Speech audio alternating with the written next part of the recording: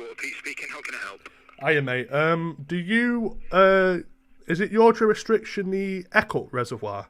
Is that a part of, like, your jurisdiction? The Eccles Reservoir? Yeah, the Eccles. Eccles, yeah, that comes under our remit, yeah. Yeah, there's a little bit... Yeah, there's a little bit of a problem at your reservoir, you see. So, obviously, you know, like, it's quite cold out tonight. There was a man, well, there was a group of lads walking the dog that I saw. And they were letting the dog actually go in the reservoir. And I think at one point the dog was also defecating in it as well. I've just been walking up, you know where, how do I describe it now? You know the side where the Moor Road is? Just to like the... Not personally, no. Not personally, no. Right, okay, well... I know that, yeah.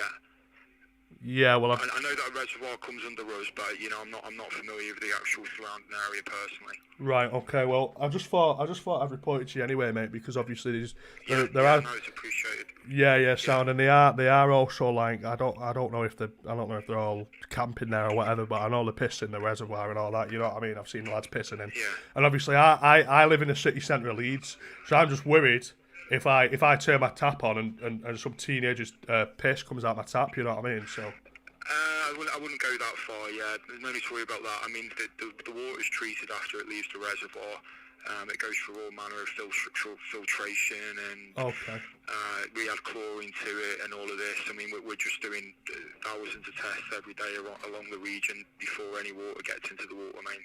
So that particular side of it, I wouldn't be concerned about. Oh, I see. But certainly, just in terms of general safety in the reservoir, that is something we kind of take quite seriously. It's difficult to enforce, obviously for some quite obvious reasons, but if you want me to just take a log of the call, I can take some details, we can just... Yeah, of course.